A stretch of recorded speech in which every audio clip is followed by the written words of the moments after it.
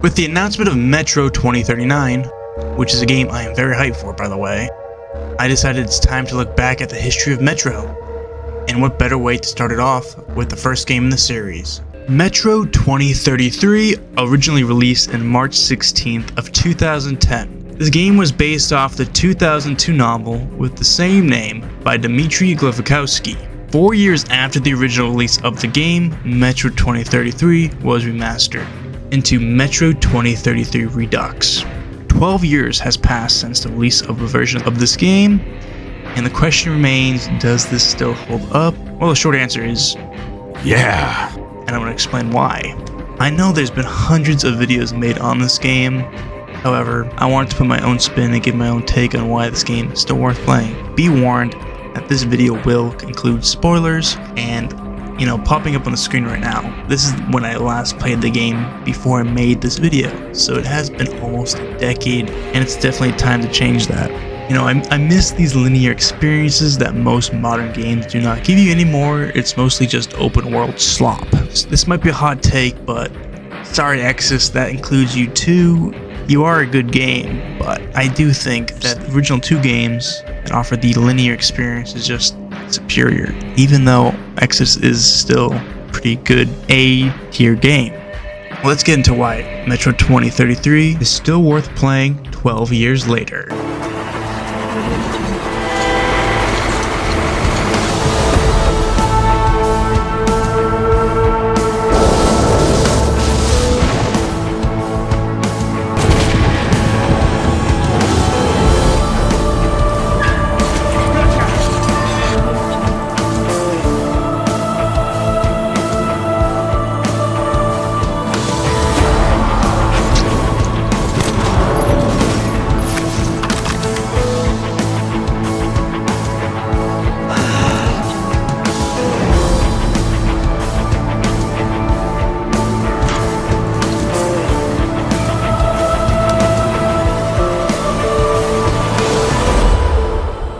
The tunnel grew colder. Miller and I were close to the surface now. Soon, we would climb up into the howling wind to fight our way through whatever nightmares were waiting there. My long journey was nearly at the end. But would I have the courage, the will to see it through?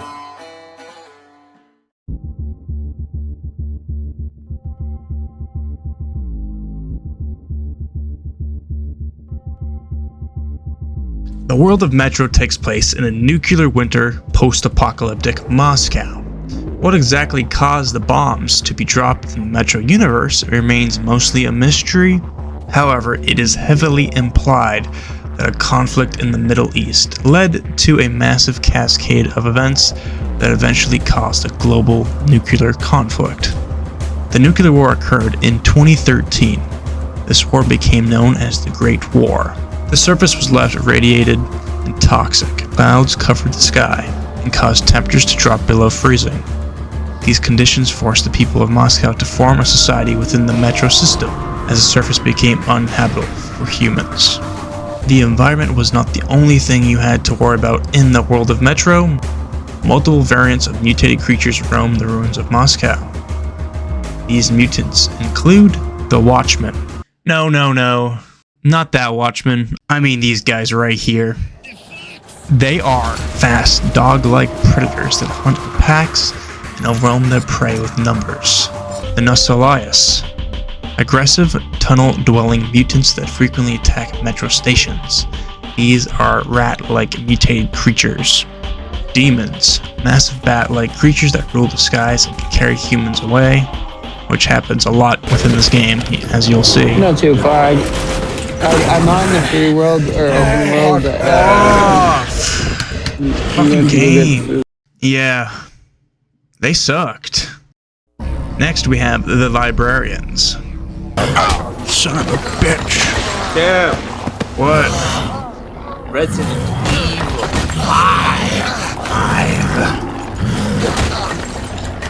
5. They are incredibly intelligent beings found in the Great Library.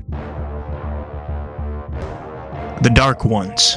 They are mysterious beings. They play a major role in the story of Metro, and they are greatly feared throughout the game. But also, they are mutated humans from the nuclear conflict that evolved into the Dark Ones. Unlike other mutants that'll just straight up attack you with pure strength or flight, the Dark Ones make you go mad and insane. That madness will eventually kill you. Life in the tunnels led to individual communities that would coexist and trade within one another. This economy was built around pre-war military-grade ammunition, which essentially became the bottle caps of Metro. Cash became worthless, and bullets became the primary currency. Life in the Metro was not all sunshine and rainbows. There were multiple factions, but for the sake of this video, I'll be focusing on the major ones. Careful, kid. Our freeze station is under the watchful eye of the Reds. Paranoia is the new game in town, so keep yourself below the radar. You understand? The Red Line, a communist faction that follows Soviet-era ideology and will frequently engage in war over stations and territories. This faction seeks to expand the ideology through the Metro through pure force.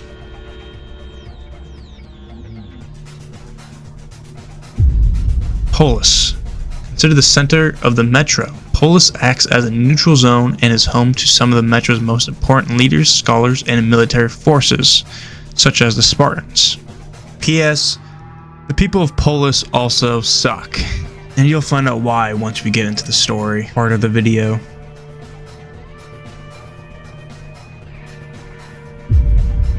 Fourth Reich, a Nazi faction that believes in human purity.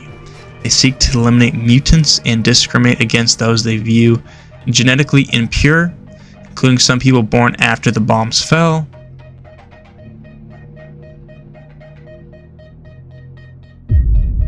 Finally, the last faction I will be covering is the Spartan Rangers. The Spartan Rangers operate out of Polis. Their mission is to protect the Metro from major threats including the mutants, Dark Ones, and other hostile factions. The Spartans are led by Colonel Miller. The Rangers regularly venture out onto the surface to scout dangerous areas, recover pre-war technology, gather supplies, and search for survivors. Unlike most factions, the Spartans are focused on the survival of humanity rather than politics or territorial control.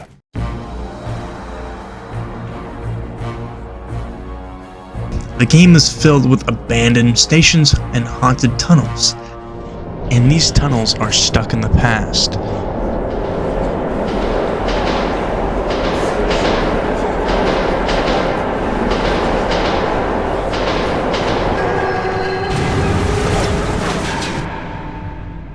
This tunnel has to relive its past over and over again. And those who were unfortunate enough to walk here at such a moment usually join that past.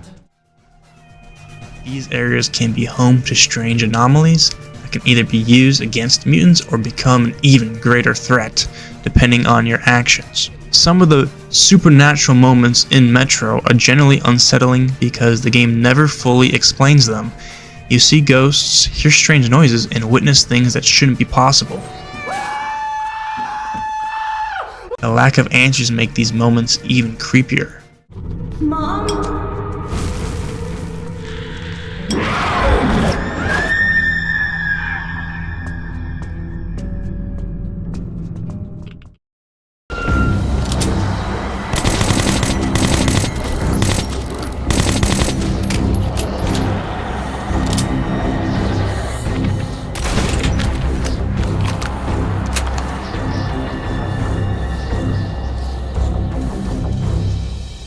The surface.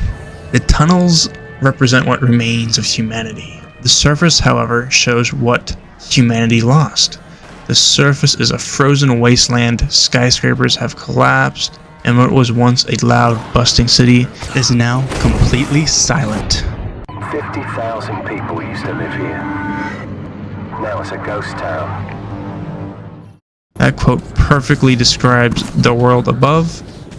The only thing you hear is the wind and the occasional mutants roaming through the ruins. The surface also creates some of the most beautiful moments in the game. As strange as it sounds, there is something oddly peaceful about wandering through the remains of a dead world. The snow-covered buildings, the distant sounds of mutants, and the remains of civilization that destroyed itself all contribute to that feeling that I found while I was playing through the game.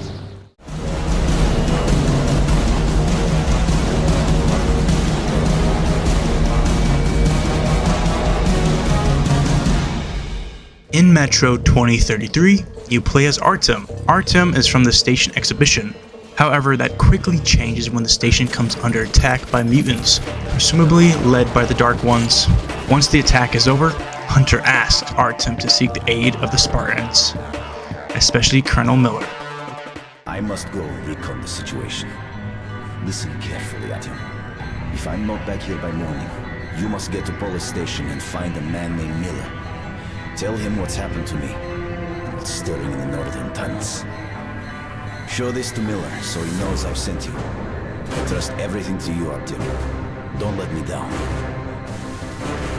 If we are to survive, this threat must be eliminated, no matter the cost. Eliminated. Understand? Hunter is a brief but major character in the game. He is who Artyom aspires to be. This is the only point in time you see Hunter. After that, you do not see Hunter for the rest of the game until Metro Last Light. And the reason why Hunter wants you to seek the aid of the Spartans is to help deal with the Dark Ones. As Artyom travels through the Metro, he gets to explore areas he's never seen before, and he even heads up to the surface for the first time since he was a child. It becomes clear that Artyom has some sort of connection to the Dark Ones. Unlike everyone else, he is not affected by the madness they seem to cause. Throughout the game, we get hints through flashbacks that Artyom may have been saved by a Dark One when he was younger. The reason Artyom is immune to these attacks because he established a bond with the Dark One that saved him as a child, and that bond protects him from going mad, unlike anyone else who comes into contact with the Dark Ones. And honestly, that was pretty much what I figured when playing. I also love how the game shows you instead of telling you. I'm a big fan of show, don't tell, when it comes to storytelling. Like the dumbest line in all of Cinema has to be, Somehow Palpatine returned. What the fuck is this piece of shit? that has got to be one of the biggest dumpster fires in storytelling. Like Disney, you fucked up the sequel trilogy, and I'm still bitching about that to this day, but you guys screwed it. Like, I don't even want to get into that. That's for a video for another day. Anyway, you eventually meet Bourbon. He has some serious issues with multiple groups throughout the Metro, which I'm assuming is debt related. You travel with him for a while and get a better understanding of how the Metro works and what dangers exist down there. Unfortunately, Bourbon gets captured.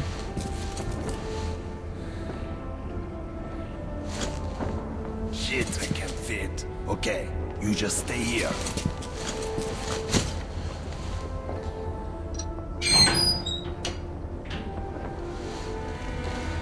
First in.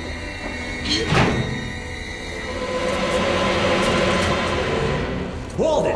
Who are you? Hey, give me some light. Oh, ha, ha. Who do we have here? It's Bourbon the Huckster. Look who's talking. Take me to your boss. I have business with him. The boss? But of course. And at this point, you can either take a stealthy approach or go in guns blazing. And me being me, I just went full guns a-blazing. When you reach him, you find him being interrogated by an officer. I think these are bandits. Things quickly go south and they end up shooting each other, and they both appear to die. Who the fuck? I say that with a bit of skepticism because apparently Bourbon's still alive, and if you shoot his body afterwards, you receive bad karma. I don't know if that's true. It might be. So there's that, but you never find out in the game, so.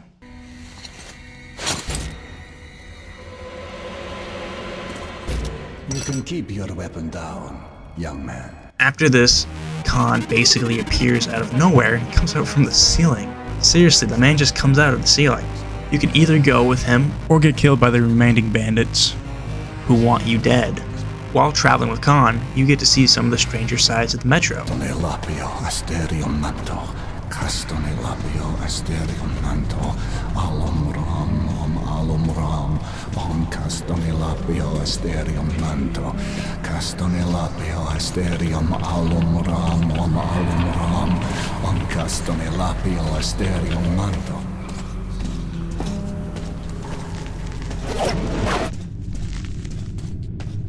I'd rather that remained a secret. This is personal, my friend. I was with them when they died. Only I survived. You encounter ghosts, anomalies, even though I know I'm kind of repeating myself from setting, it makes an appearance throughout the story. You then meet up with a group defending a station, and your objective is to blow up both sides of the tunnels. And I won't lie, I found this mission a little tedious. Maybe I'm just a dumbass, but it took me a good minute to figure out what I was actually supposed to do. I literally ran around both sides multiple times. I know that we found a jerry can in one part, but I just couldn't figure out what I had to do. And it literally took me like 30 minutes. Like, I'm not even gonna lie. I think that's just me being a dumbass, personally. Once the tunnels are destroyed and the mutants are cut off, Artyom and Khan part ways. Artyom then heads up to the armory station, which is controlled by the Red Line. To keep things short, everything goes horribly wrong. People die, chaos breaks out.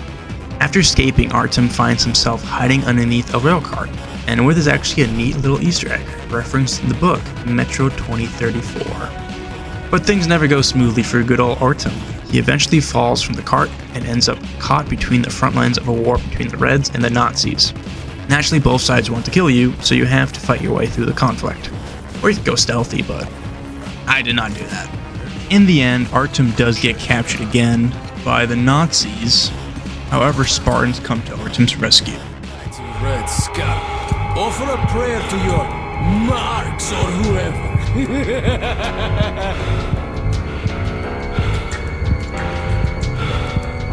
Hey, maybe if you beg, you'll think about killing you quickly.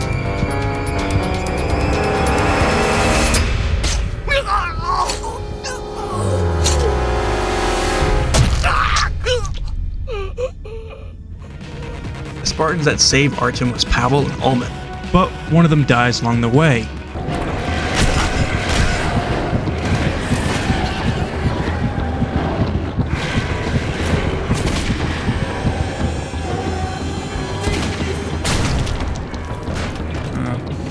Holy fucking Michael Bay kaboom! And the Spartan that did die was Pavel. Once you finally escape that mess, you arrive at Hull Station, where another group is trying to hold off a mutant attack.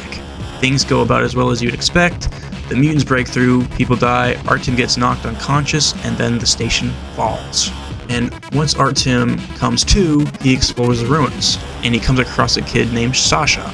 You take Sasha with you, and you reunite him with his mother before finally heading back to the surface. Now this section was definitely intense. I managed to get myself into another firefight, except this time it was on the surface. If you get shot, there's a good chance your gas mask can break, which is exactly what happened to me. And thankfully, as I was playing, I remembered that there was another gas mask near the beginning of the mission, so I backtracked just to grab it. If that thing broke, you could just honestly be cooked. It can be stressful at times as well, because if you don't have a gas mask, you're just done. But it's a really cool mechanic in the game, because it makes you think twice before charging into every firefight on the surface, because one bad mistake can leave you suffocating. That's no good. Needless to say, I learned that lesson the hard way because I had not been stealthy at all at that point. After returning to the Metro, I finally met back up with Ulman, and we told him what happened to Pavel, that he kinda, like Michael Bay kaboom. And then we continue on to Polis. Once there, Artyom delivers Hunter's message to the Council. And this is why I told you that these guys are very dumb, because the Council doesn't really care, and they refuse to help. Fortunately, Miller and a few Spartans decide to take the threat seriously. I'm stunned that the Council has refused to help your station. I'm ashamed that they lack the courage you have already shown. But Polis is not the whole Metro. There still are people who will rise up and fight the threat of the Dark Ones. Okay. Listen carefully. The Rangers have found several well-preserved missile bases near the city. Some could probably be activated and deliver a missile strike against the Dark Ones. The problem is that the missiles are supposed to be launched from the command center, D6, but we don't know where that is, or if it's operational. However, we do know where that information can be found. There's a huge library on the surface. Dangerous place, but it contains a secret military archive. We must go there. So it's back to the surface once again. While fighting through more mutants, one of the Spartans gets injured, and Miller is forced to escort him back. And this leaves Artyom alone once again. And soon after, you run into the librarians. These guys gave off Bigfoot vibes, I'm not gonna lie. These things took forever to kill. Oh my fucking... But after dying like 3 times, I just said fuck it, and ran through them because there's like 10 of them. So like, you just gotta run. After you escape, you discover the D6 documents. Mike and Nate. It'd be fucking awesome if we had a friend named Dwight, so I could call him Mike and Ike. The book gives you the map to D6, which is exactly what you've been searching for to annihilate the Dark Ones.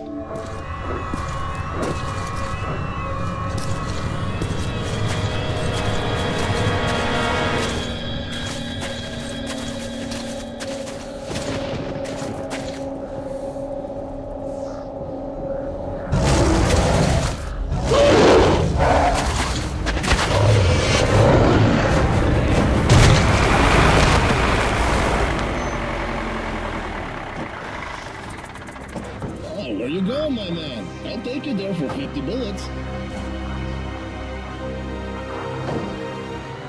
So you made it, Artyom. I had my doubts, to be honest. Did you find anything? Okay, saddle up. По коням, ребята. So, where are we going? To church. Artyom, does the name Ken ring a bell? Help us find you. I still don't know how we did it. So once you arrive at D6, Artyom, Miller, and Ullman descend into the remnants of an old military facility. Deep below, they discover this horrifying red organic substance that honestly reminded me straight out of The Thing. I don't know why, but that entire area gave me this just serious The Thing vibes. Once inside, the group activates the systems needed to launch the missiles and head to the top of the station to prepare the strike. Artyom begins experiencing visions from the Dark Ones. They try to stop him, but ultimately fail. The missiles launch and the Dark Ones are annihilated.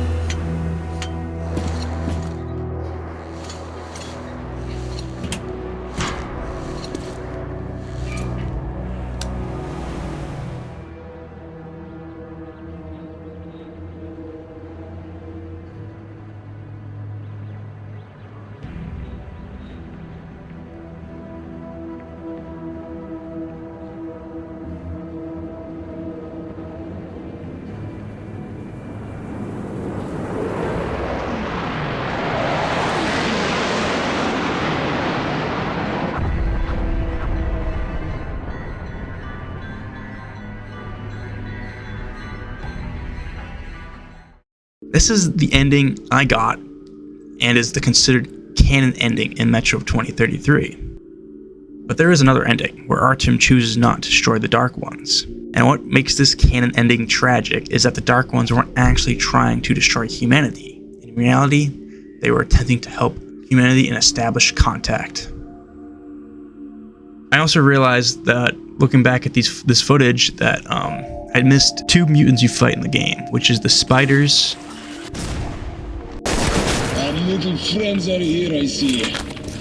I'm too daddy, you bitches.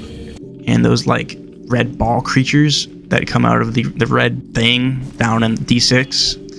But they aren't really much present throughout the story, besides like a very quick mission segment. But those spiders did suck because I ran out of ammo and I just had to just run through it and send it.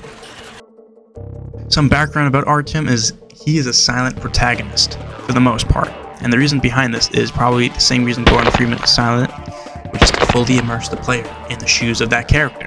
Artyom really talks is during the loading screens. The loading screens serve as Artyom's journal, giving the player insight into his thoughts and experiences. I actually love this idea because I'm a sucker for unique loading screens and main menus. I just love the creativity behind it. Not many games do anything interesting with loading screens, and the fact that Metro uses them for world building, giving a much more vision of who Artyom is, makes it feel more meaningful instead of just something you're waiting through. You're constantly getting more story and lore while the next level loads. And this kind of reminds me of the main menu in Black Ops 2. That game's main menu was one of the most unique main menus I've ever seen, and I wish more games would do something similar. Even Metro's main menu is unique, looking like Artyom's living quarters and containing plenty of Easter eggs, including the Metro 2034 book.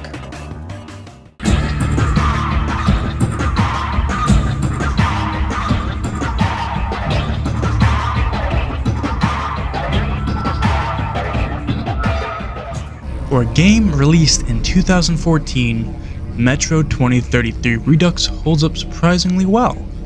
At times, the game still looks absolutely breathtaking. It's also not particularly long, with most playthroughs lasting around 5 to 6 hours to complete. One of the most important mechanics revolves around gas masks and filters. About 90% of the game relies on them in one way or another. If you are not paying attention, you can easily find yourself in a death loop. To avoid that, you need to constantly search for filters and replace gas masks. Your gas mask can become damaged, reducing its effectiveness or completely removing your protection from radiation. This makes looting incredibly important because many areas contain spare filters, gas masks, and other supplies you'll need throughout the game. The game definitely has its clunky moments. The demon fight where you get picked up and carried around is one example where you can really feel that this game was made in 2014. Some of the shooting can also feel a little dated. That being said, there's something about the clunkiness that I actually enjoy, especially when I was fighting that demon that was absolutely pissing me off. The railgun section also felt a bit dated. The controls were somewhat messy. While I still enjoyed the level, it was definitely one of the moments where the game's age started to show. The gunplay. Whether you're in the Metro or on the surface, one thing you always need to be aware of is weapon jamming. The weapon jams, and it adds a lot to the gunplay because they make encounters feel more stressful and realistic. I mean, you are fighting in dirty tunnels and ruins. It makes perfect sense why the weapons are jamming and not working as they're supposed to be. Looting is a big part of the game. Every level contains hidden areas filled with supplies and resources. This was honestly one of my favorite parts of the game. What can I say? I love looting. It feeds my inner Resident Evil and Fallout cravings. It also adds life to the world. As you explore these abandoned locations, you get the sense that people once traveled through them and that something terrible must have happened. All that's left now are the remnants of their lives, and your imagination can start filling in the blanks itself. It can also be, terrifying. You'll be busy searching through a room full of supplies, completely focused on looting, and suddenly you hear some horrifying mutant noises before getting jumped and attacked by a pack of them. The game has two different play styles. There's survival mode, which is the recommended experience. Survival mode provides a slower survival horror experience, similar to that as, Resident Evil, Stalker, or Fallout. Resource management becomes extremely important. You'll need to search every level for ammunition, filters, gas masks, and throwables. If you ignore looting in survival mode, you're basically setting yourself up for failure. Supplies is limited and you have a much lower capacity of what you can carry on your person. The next mode is Spartan mode. Spartan mode is designed for players who prefer action over survival horror. Resources are easier to find, combat is much faster paced, and the overall experience is much more forgiving. My opinion on both modes is that, they're good for different reasons. However, I feel that the true Metro 2033 Redux experience is survival mode. The entire point of Metro is surviving in an underground society after a nuclear apocalypse. Survival mode reinforces that feeling far better by forcing you to manage resources and to think carefully about every action you do throughout the game.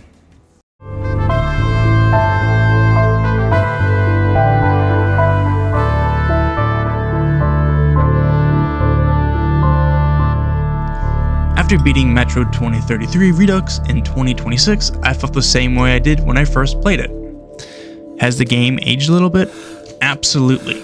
I've encountered a few bugs in the game. You know, there was one time I loaded into the section and all I saw was just, I was in a room and I couldn't move and it was just a black screen.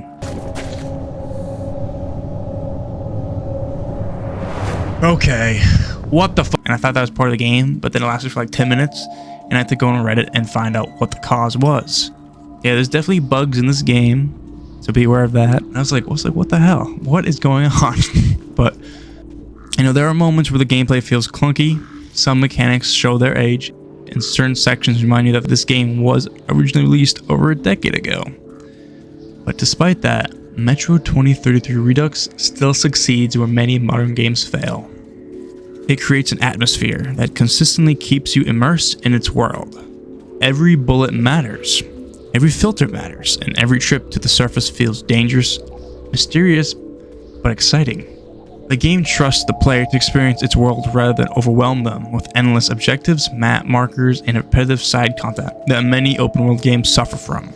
Don't get me wrong, I love open world games. Some of my favorite games of all time are open world, such as, you know, Fallout New Vegas, Marvel's Spider-Man, and Red Dead Redemption 2. But Metro has always worked best as a linear experience, which is why I'm very excited that Metro 2039 is going back to the linear roots of the original two games. The focused storytelling, carefully crafted levels, and constant sense of tension are what makes this series special to me. The Metro tunnels feel claustrophobic, dangerous, but alive. The linear structure reinforces how fragile humanity's situation really is, and how close civilization is to collapsing entirely. More than anything, Metro 2033 Redux is a reminder that a game doesn't need a massive map or hundreds of hours of content to leave a lasting impression. Sometimes all you need is a great atmosphere, strong world building, and a great story. 16 years after its original release in 2010, and 12 years after Redux launched in 2014, Metro 2033 remains one of the best post-apocalyptic games ever made. If you've never played it, well, I highly recommend picking it up and giving it a shot, especially right now. It's literally on sale for like $2-3 on the Steam Summer Sale, so like the whole bundle of all three games for like $6. But if you enjoyed this video, let me know, and I'll continue this series with Metro Last Light Reduxed. However, my next video will be Team Fortress 2, and how that game refuses to die.